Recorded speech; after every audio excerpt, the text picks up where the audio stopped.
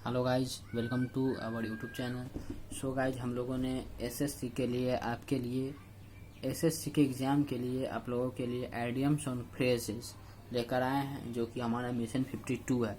प्रत्येक वीडियो में 52 वर्ड्स को हम लोग कवर करना है, 52 आइडियम्स और फ्रेजेस को कवर करना है और जल्दी से कवर करना है, जिससे हमारा टाइम भी नहीं मरे, टाइम बचे और जिससे आपको ज़्यादा से ज़्यादा प्रैक्टिस करने का समय मिले और आप इस एग्ज़ाम को क्लियर कर सकें।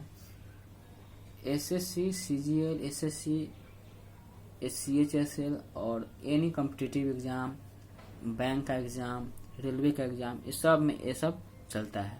अगर आप कोई भी एग्ज़ाम क्लियर करने का सोच रहे हैं, कॉम्पिटिटिव एग्ज़ाम, तो यह आइडियम्स एंड फ्रेज 100% आपके एग्ज़ाम में आएंगे। तो इसे स्किप ना करें और ज़रूर देखें। चलिए स्टार्ट करते हैं बिना वक्त गंवाए। ऑल थम्स मिशन हमारा 52 है। हमारा एक मिशन था 47, जिसमें क्या था, वन वर्ड सब्स्टिट्यूशन, जिसमें 47 वन वर्ड सब्स्टिट्यूशन। यह है सेकेंड मिशन, है मिशन 52। चलिए स्टार्ट करते हैं। ऑल थम्स मतलब क्लास में बैठंगा। सोचिए, अगर हमारे जितने भी उंगली हैं उसमें सभी उंगली अंगूठा हो जाए तो हमारा जो हाथ है वह कैसा दिखेगा? बैठंगा दिखेगा, यानी कि क्लच में दिखेगा, बैठंगा। ऑल एगॉग मतलब इन state of excitement, full of figure या उत्साहित होना। ऑल एगॉग मतलब उत्साहित होना। ऑल मूनशाइन मतलब far from reality, total lies वास्तविक। ऑल मूनशाइन वास्तविकता से परे, फार फ्रॉम रियलिटी या टोटल लाइज। ऑल ग्रीक या लैटिन एंड ग्रीक मतलब इनकम्प्रिहेंसिबल, इसे समझा न जा सके। हम लोग इसे इस तरह समझते हैं जैसे कि लैटिन वर्ड और ग्रीक वर्ड हम लोगों को जल्दी समझ में नहीं आता है। इसका मतलब क्या हुआ कि जो ग्रीक है और लैटिन वर्ड वो हम लोग नहीं समझ सकते, इसलिए क्या है, इनकम्प्रिहेंसिबल है, जिसे समझा ना जा सके। ऑल गो वेरी बिजी मतलब व्यस्त। आर्ग्यूसाइड कंफर्टेबल, केयरफुल और ऑब्जर्वेंट मतलब सतर्क। As daft as a brush, extremely silly अल्प बुद्धि। A daft as a brush, extremely silly. A God's ape मतलब भगवान का लंगूर, उसको क्या कहेंगे, ए बॉर्न फूल जन्मजात मूर्ख। A God's ape, God's acre a cemetery और ए चर्चयार्ड कब्रिस्तान, God's acre. A house of cards, an insecure scheme, as insecure scheme या कमजोर संगठन या कोई योजना जिसे आसानी से नुकसान पहुंचाया जा सके। An eye for an eye, to take revenge या रिलेटेशन, खून के बदले खून। An open book, one that held no secret मतलब जिसके पास कोई सीक्रेट नहीं है, उसको क्या कहेंगे, एन ओपन बुक या खुली किताब, कोई रहस्य न होना। एचिल्स हील, वल्नरेबल पॉइंट, कमजोरी या कमजोर पक्ष, उसको क्या कहेंगे, Achilles heel. An Aladdin cave, a place that contains interesting और वैल्यूएबल ऑब्जेक्ट्स, कीमती चीजों की जगह क्या कहेंगे, Aladdin caves. Alpha and omega मतलब the first and the last, शुरू से अंत तक, alpha and omega. Adam's ale मतलब वाटर मतलब पानी।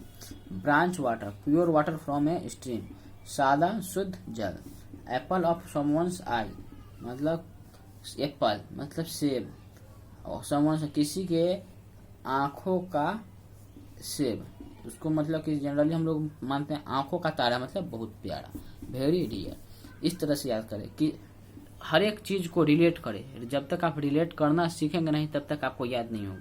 इसलिए ये तो रट्टा मारने का चीज तो है ही, बट अगर रिलेट आप कर पाते हैं तो तुरंत आपको ध्यान आएगा, तुरंत आपको याद आएगा। Blue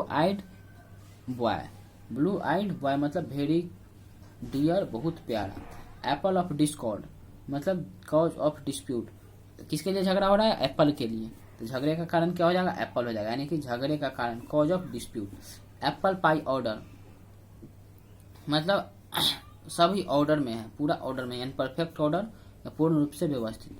upset the apple cart मतलब एप्पल कार्ट को क्या कर दिए, अपसेट कर दिए, मतलब कि उसका कोई वो योजना होगा उसको हम विफल कर दिए तभी तो अपसेट हुआ, यानी कि सारी योजना विफल कर देना। किसी का हम मतलब कि अपसेट, किसी को हम अपसेट कर देंगे तो उसका मतलब क्या है कि हम किसी चीज को बिगाड़ देंगे। तो बिगाड़ देंगे तो क्या बिगाड़ेंगे, योजना को उसको बिगाड़ देंगे तो क्या हो जाएगा, अपसेट हो जाएगा। तो अपसेट द एप्पल कार्ट मतलब टू रुइन प्लान्स, सारी योजना विफल कर देना।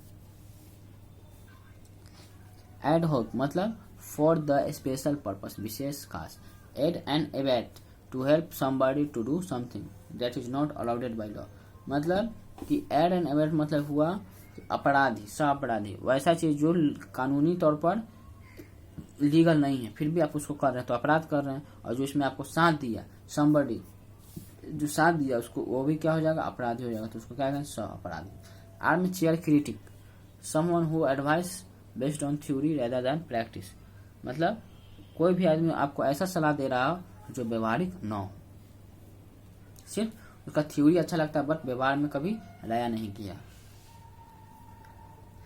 ए shot in the arm something that gives encouragement. A shot in the arm, a shot in the arm मतलब समथिंग दैट गिव्स इनकरेजमेंट, ऐसा चीज हमको क्या करता है, अंदर से साहस देता है, उसको क्या कहेंगे, a shot in the arm. A shot in the dark, अंधेरे में गोली मारना, अंधेरे में तीर मारना। A guess based on little or no information, एक ऐसा गैस जो किया गया है जिस पर इसमें कोई भी, जिसके बारे में हमको कुछ पता नहीं है और हल्का फुल्का पता भी है, इसका हिंदी हो जाएगा तुक्का मारना या अंधेरे में तीर चलाना। विथ ओपन आर्म्स हमेशा खुले बाहों से, मतलब विथ वेरी फ्रेंडली वेलकम, गर्मजोशी से स्वागत करना। कीप एट आर्म्स लेंथ, अब ज्यादा दोस्ती नहीं रखना। To avoid becoming too friendly with someone, keep at one's length, to avoid becoming too friendly with someone. Take up arms to begin fighting, यानी संघर्ष छेड़ना। टू बिगिन फाइटिंग मतलब संघर्ष छेड़ना, take up arms to begin fighting.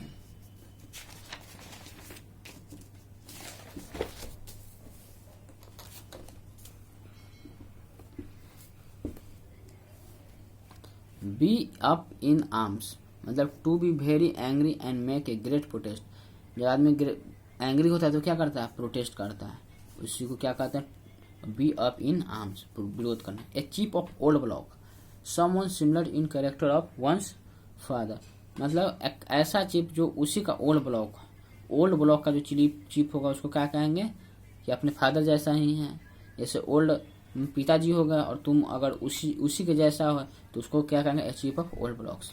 All years सुनने के लिए उत्सुक, अटेंटिव टू लिसन विथ कीन अटेंशन, सुनने के लिए उत्सुक, सावधानी से, अटेंशन के साथ सुनना।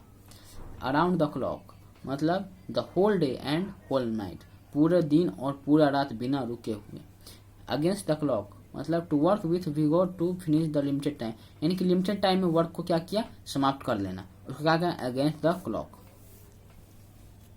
एट 6 and 7 इन कंफ्यूजन या कम्प्लीटली डिसऑर्गेनाइज्ड, कंफ्यूजन में होना या पूरी तरह से बिखर जाना या उलझन में। हेल्टर स्केल्टर या पेल मेल मतलब in great Hari and confusion, जल्दबाजी में, अस्त व्यस्त और कंफ्यूजन में, यानी कि उलझन में। At daggers drawn state of hostility or enmity, कट्टर दुश्मनी होना, स्टेट ऑफ हॉस्टिलिटी या इनिमिटी। एट ड्रैगर्स ड्रॉन मतलब ए स्टेट ऑफ हॉस्टिलिटी या enmity. At random with any particular plan or system मतलब यूं ही बिना किसी योजना के, एट रैंडम अचानक। एट सी मतलब कंफ्यूज होना, उलझन में होना। एट लॉगर हेड्स मतलब क्वेरलिंग, झगड़ना। एट सेकेंड हैंड थ्रू और अनदर पर्सन, किसी और से खबर मिलना, मतलब कि दूसरा हाथ से, दूसरा जगह से खबर मिलना, उसको क्या कहेंगे, at second hand. At loose end मतलब बिना काम का, खाली, बेकार, with nothing to do. At a loose end कोई काम नहीं है। At cross purposes, misunderstanding one another, यानी कि विभिन्न विरोधी उद्देश्य होना, मतलब कि एक दूसरे को आपस में सही से नहीं समझना। At cross purpose. At close quarter, close together, पास पास। एट क्लोज क्वार्टर मतलब आस पास, पास पास। एट द 11th आवर मतलब अंतिम क्षण में। 11th आवर हो गया 12 घंटा हुआ, 12 घंटा का 1 घंटा 11th आवर, 1 माइनस 11th है, यानी कि अंतिम क्षण में। At the last possible moment है, अंतिम क्षण में। At ease, free from anxiety और एम्बैरेसमेंट, परेशानी इत्यादि से मुक्त।